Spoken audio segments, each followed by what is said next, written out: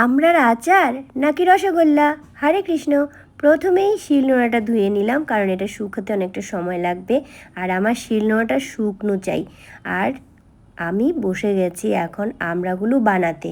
আমড়াগুলো কিন্তু গোটা গোটা থাকবে, তবে কিন্তু চারপাশটা দিয়ে আমি কেচে কেচে দেবো, আর কিছু করবো না। তবে সবগুলো আমি বানিয়ে নিলাম।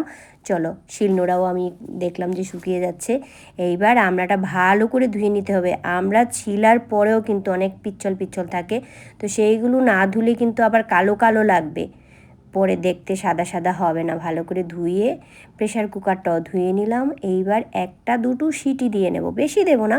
আমরা এমনিতেই শিরাতেও হয়ে যেত, আমার আচারটা যখন বানাবো শিরাতেও হয়ে যেত, কিন্তু চিনি দিয়ে অনেকটা টাইম জাল দিলে না কিছু, চিনিটা বারবার পোড়া লেগে যাওয়ার একটা সম্ভাবনা থাকে।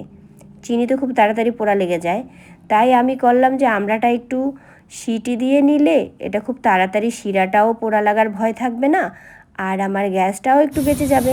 আর আমি নাকে মুখে চলে এসেছিল জল ছিটে। পরে এবার আমড়াটা যেটা দিয়ে আমি এখন মশলা বানাবো, ওই ভাজা একটা মশলা নিয়ে নিলাম। দুটো শুকনো লঙ্কা, মৌরি আর মেথি। মনে রাখতে হবে কিন্তু এই তিনটার মিশ্রণে এত সুন্দর একটা গন্ধ হবে। শুকনো লঙ্কা, মৌরি, মেথি একসাথে ভালো করে ভেজে নিলাম। মেথিটা কিন্তু খুব ভাজা যায় না, একটু ভাজলেই মেথির গায়ের রঙটা কেমন কালো কালো হয়ে যায়, তাই অল্প একটু ভেজে নিয়ে নামিয়ে নিলাম। এইবার আমি প্রেশার কুকার থেকে যে জলটা দিয়েছিলাম সে জলটা নিলাম না, তো শুকনো লঙ্কা আর এই অল্প কয়েকটা সরিষা দিয়ে আমি দিয়ে দিয়েছিলাম আমড়াটা, আর চিনিও দিয়ে দিচ্ছি। চিনিটা কিন্তু আমি তেলে দিলাম, জলে দিলাম না, যাতে একটু শিরা শিরা ভালো হয়।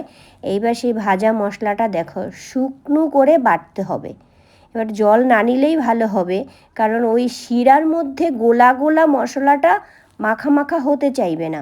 এখন তো একটু শিরা শিরা হয়ে গেছে, একটা জায়গায় দলা হয়ে থাকবে, যেহেতু এখানে চিনির শিরা আছে। এইবার দেখো রসগোল্লার মতো দেখা যাচ্ছে কি? একদমই রসগোল্লার মতো। আর আমি তার উপরে সেই ভাজা মশলাটা ছিটিয়ে দিলাম সুন্দর করে। এইবার নামিয়ে নেব, হয়ে গেছে। আর এই আচারটা আমি তো জগন্নাথকে ভোগ দেব। এবার পরে কিন্তু ফ্রিজ করা যাবে, গরম করতে হবে না, ঠান্ডাই পাওয়া যাবে। আর এটা আচারও বলতে পারো, এটা চাটনিও বলতে পারো, যা খুশি বলতে পারো। কিন্তু এই যে তিনটা মশলা ভাজা, এটা কিন্তু এদিক ওদিক করলে হবে না। এ তিনটে দিলে, যদি আমার রেসিপি ফলো করো তাহলে এ তিনটেই দিতে হবে। হরে কৃষ্ণ হরি বল। হয়ে গেল আমার চাটনি। সবাই ভালো থেকো। হরে কৃষ্ণ হরি বল।